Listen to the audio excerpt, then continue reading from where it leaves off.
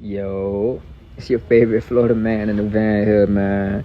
I'm at work right now and I seen this comment and I'm just like, bruh, started going down a rabbit hole of emotions, man.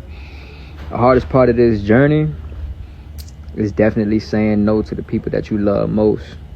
That shit be hard, man, and it hurts sometimes, but when you the first generation anything, man, first generation healer or whatever you want to call it, like I'm one of the first people in my family to really try to gain financial freedom and thinking about generational wealth and trust funds and all that. So it's like, you know, when people see you on your journey and you're doing good, everybody come to you and they ask you for a hand.